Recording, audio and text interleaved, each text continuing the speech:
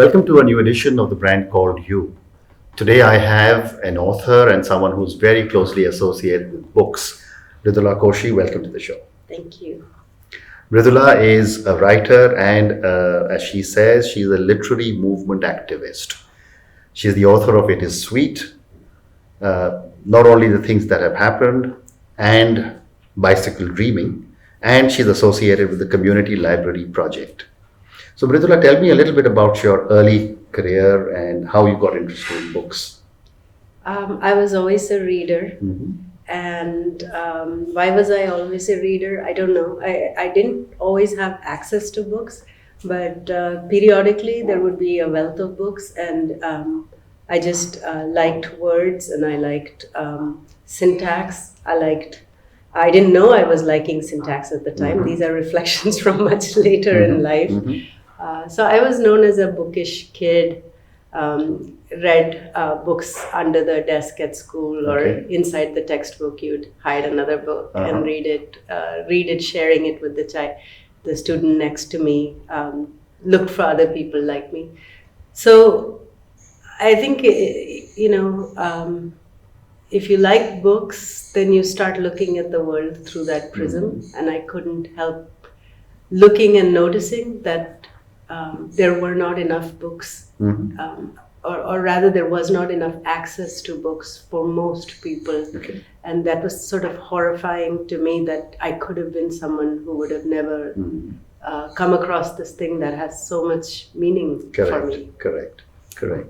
So before I come to the library project or the community library project, you're also an author and you have written in the past. Tell me about your books.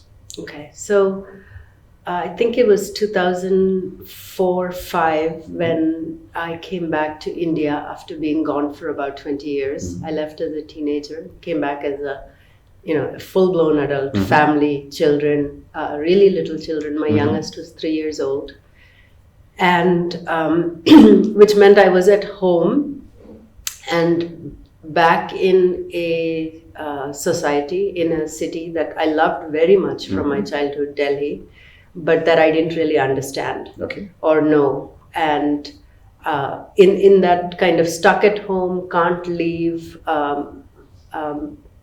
setup that I was in as a mother of young children and helping them acclimatize to a new place, and then filled with questions about where I had landed up and how my life would now play out in this place, I started writing as a way of answering those questions.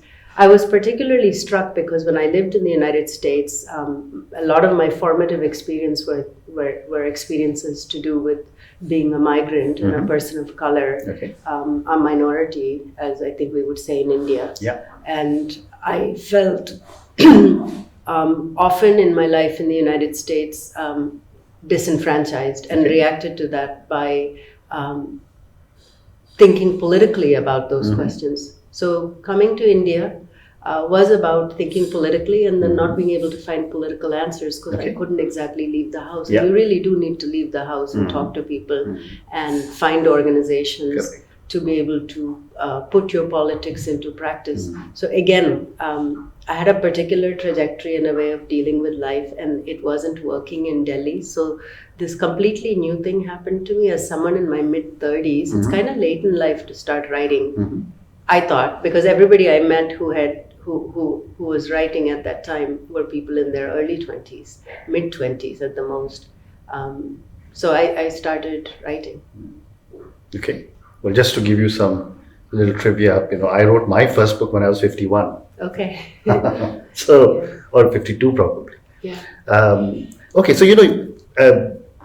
a couple of questions for you on writing again. What makes a good writer? I mean, obviously you shared your experiences when you wrote. But what makes a good writer?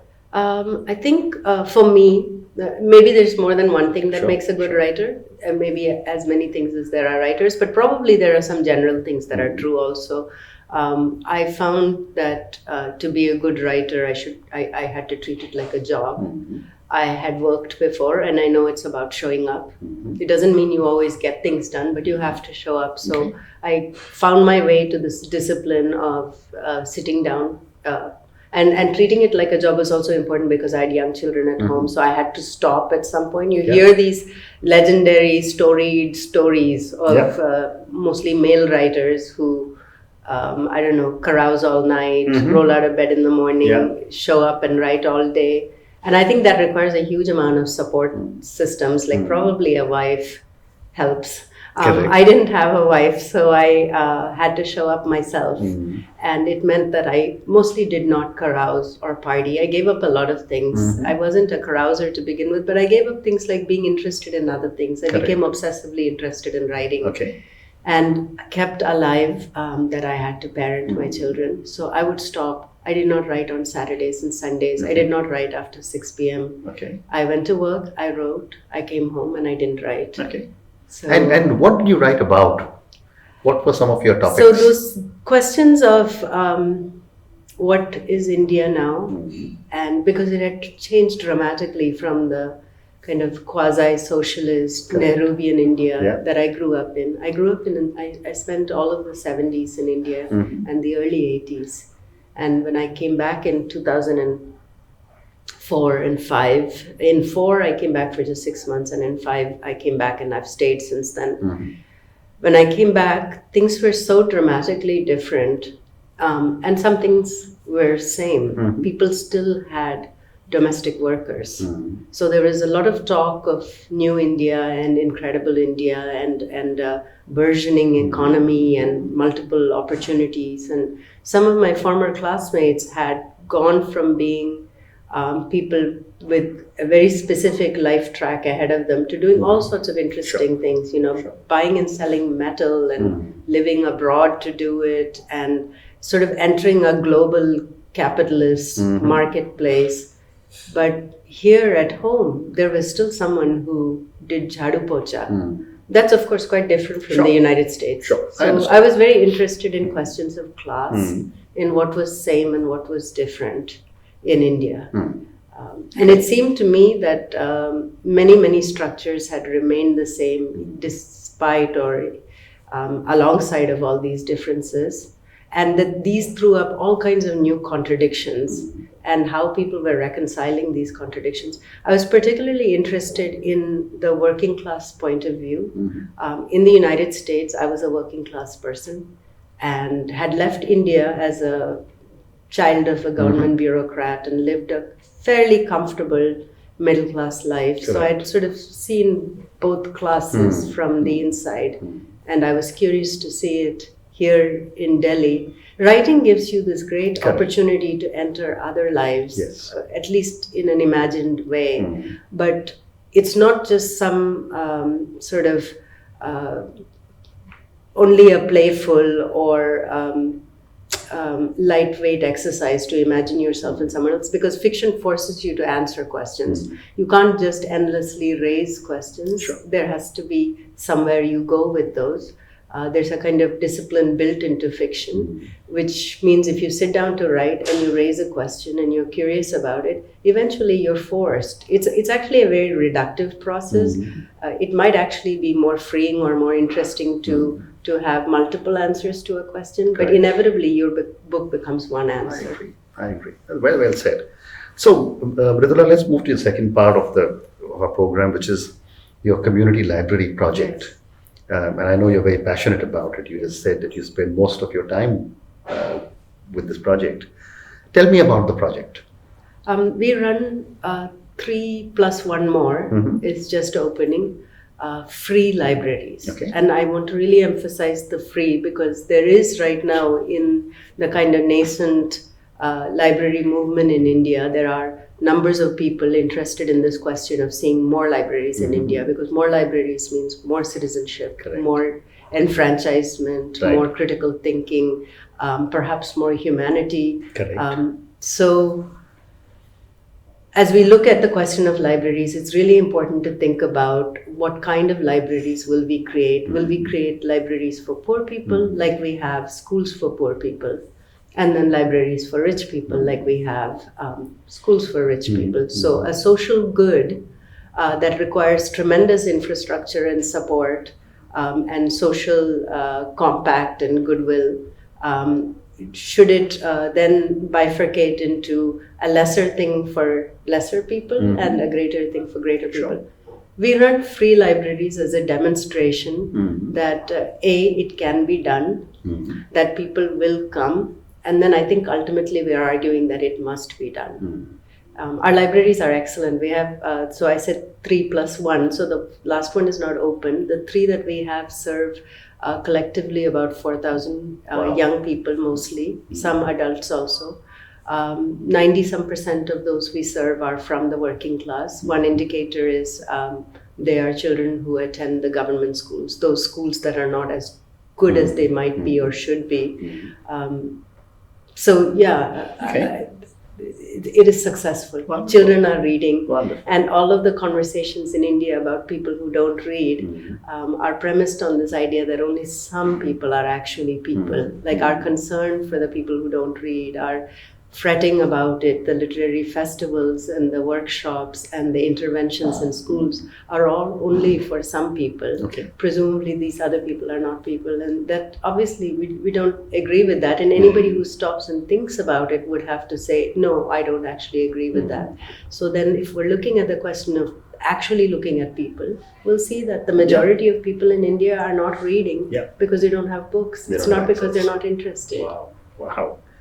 So, when I was reading about you, one of the things that caught my eye was that you believe that India needs a movement for books and reading. Help me understand what this means. What has resulted in people not having access to books is not some historical accident, some happenstance, oversight, we thought of roads and we thought of stadiums and we thought of airports, but we didn't think of libraries. Now someone will just remind us, perhaps in some sort of bureaucratic way, a government can convene a commission or a study, and then we'll have, libraries. No, I don't think it works that way. There's a long history based on caste, based on class, based on this kind of colonial education system we've inherited with its strong emphasis and pedagogy that favors rote learning. These structures are mighty, and they have the weight, in some cases, in the case of caste, of like 1,000 years or more. So how does one undo that with a commission or a policy or a study? One doesn't. Sure. It involves anything of that change of that nature must involve people. So what we mean by movement is we mean something that could work in concert with a government study, but absolutely must be led by the people themselves. So we need a movement, we need to mobilize people, only then will we really see libraries. Okay, very interesting. So you just mentioned to me that about 4,000 children are reading books in the libraries that you have got.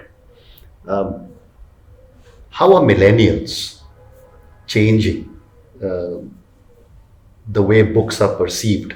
Because the general sense I have is that people aren't reading enough, but you're saying that's because people don't have access to books. Yes. So the millennials in our library, the government school attending millennials, they're anxious about many things, and it takes the presence of a library in their community to then also allow them that other anxiety, which is the anxiety of, have I read?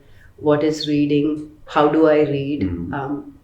People are inevitably attracted to books when they're made available to them. So by the scores, by the droves, they show up and they pick up books, the 18-year-olds, the 25-year-olds. Books are not something they've had access to. Suddenly having access definitely brings them in the door with their desire to read, but extremely limited by the fact that they haven't had access. So one of the things I think that they do for us in our library, coming in with their excitement and their interest, and then sort of stymied by the lack of fluency. See, people can teach you how to read, and our schools, our government schools, do a pretty decent job. They're very hardworking teachers with 55 children or 45 children in a class who nevertheless manage to make nearly everybody who comes out of the school Sure. a literate person in the narrowest sense of that word. So that 18 or 25-year-old knows how to read, which may not be true of their father or mother. Okay.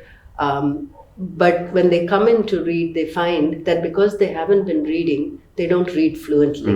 And by fluency, I mean a certain number of words a minute, a certain ease of being able to predict a few words ahead what words are coming. That is how most of us who are fluent read, is the page kind of leaps, the words leap off of the page. And there's almost no filter for how quickly we absorb it. What we can do on the page is, when we are reading that fluently, we are engaging almost all our intellectual energy, not so much in decoding the text, but actually thinking while reading. For the millennial in the library who hasn't been reading and who now wants to read, there's a huge learning curve. Is there? Yeah, but also they're teaching us. So we do things in our library that involve maybe a person reading and many people listening. So our library does not look like the silence, please library, the library that has the imposing librarian and the collective idea that everybody needs to be in their own book. In our library, there are more discussion groups, more book clubs, more going home and reading a few chapters and then coming back and working out with the person who is in the book club with you. What did I just read? What does this mean? I didn't understand these words. And so I think reading itself is being redefined by these millennials. Okay. Yeah, that's very interesting. So a couple of more questions on your library project before I have some questions for you personally. If you look across the whole world, bookshops are closing down everywhere. If reading is something which is beginning to grow, as you are saying, why are the shops closing down? Or is it that the medium of reading is beginning to change? I think the bookshops closing down don't concern me very much, because books monetized and commodified and made available on the market in India will only serve a few people, because only a few people can afford them. We can't really go any more down than we are. Okay. We can only go up. We're pretty near rock bottom anyway. Huge swaths of our country don't read and can't afford to read. So I think the direction of the future is libraries. Okay. And we can stop worrying about the bookshops. We'll publish books, and they will be library edition books. And when I wrote books, I was lucky. 5,000 copies of my books sold. I think if we have 10 lakh libraries is what we need in India. We probably only have about 20 to 40,000 libraries. It depends on how you count them. Correct. I'm talking about libraries that are open to people. If we make up that difference, it'll probably occupy the next 1 or 2 generations to do it. If we make up that difference, publishers will be publishing scores and scores of copies of every book. Sure, I agree. Okay. And one more question. A lot of us have large personal book collections. If and so many people will see and listen to this, our conversation. If people want to give away their books, how do they do it? We have some guidelines on our website, which is the Community Library Project. We want nearly new books. Okay. We would love for people to just buy us books, because everyone deserves to have good quality new literature in their hand, or classics, but in beautiful new editions. You can donate your used books, but they should be in near mint condition. We ask you to bring them to us. We run on a shoestring, and most of us are working for free and around the clock to make this happen. Sure. So it's very difficult to go out and collect books from people. If you drop them off at our libraries, we sort them. We've actually probably sent around the country something in the range of 10,000 books to other libraries because we live in Delhi and because this is a really rich city. Many publishers have donated, remaindered, or even new books to us that we've then passed on to dozens of libraries, and we use them in our libraries also. Wonderful. So just a few more questions now for you. You've lived in India, you lived in the US. Have you had any people who have had a strong influence on you? And if yes, what have been your learnings? I used to be a trade union organizer. Okay. I lost someone very important to me about a year ago. She's been on my mind a lot since then. I would say that I almost talked to her.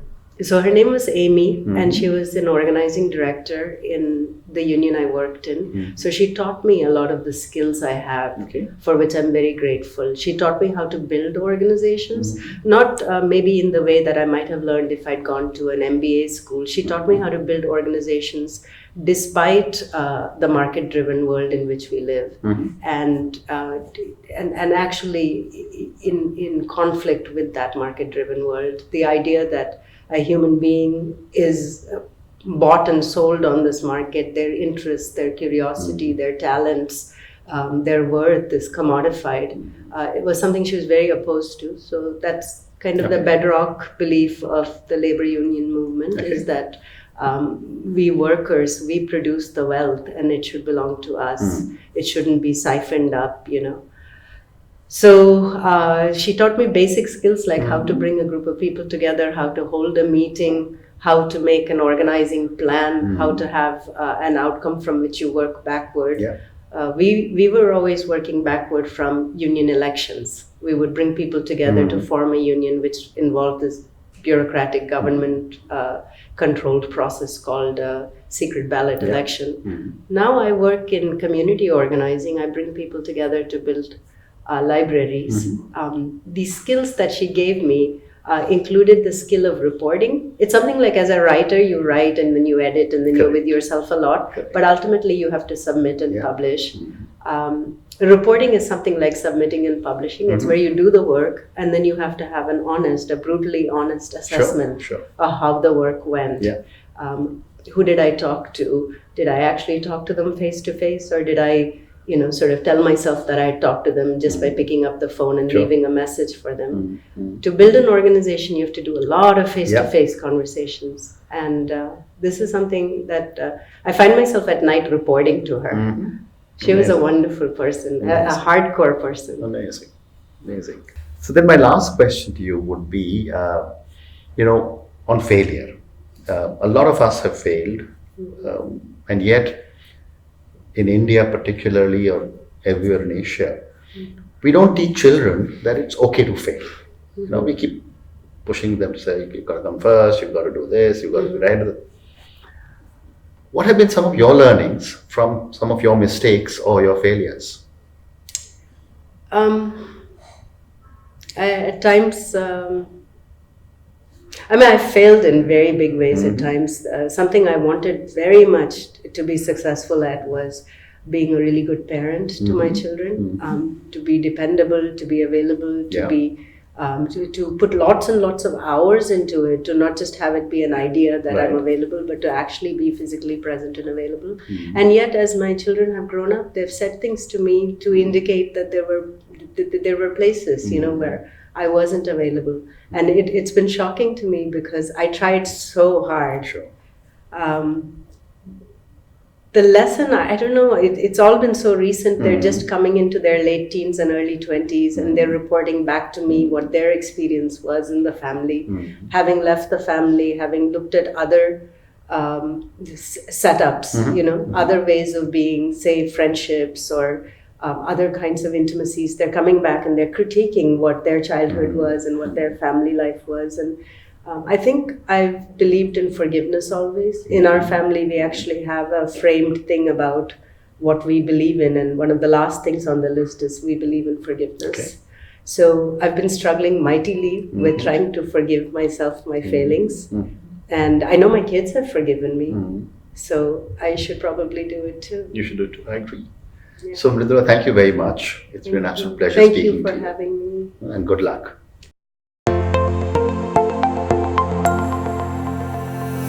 Thank you for listening to the Brand Called You podcast. Be sure to visit tbcy.in to join the conversation, access show notes, and discover fantastic bonus content. You can follow us on YouTube, Twitter, Facebook, and Instagram. Simply search for the brand called you. Thank you and see you next week.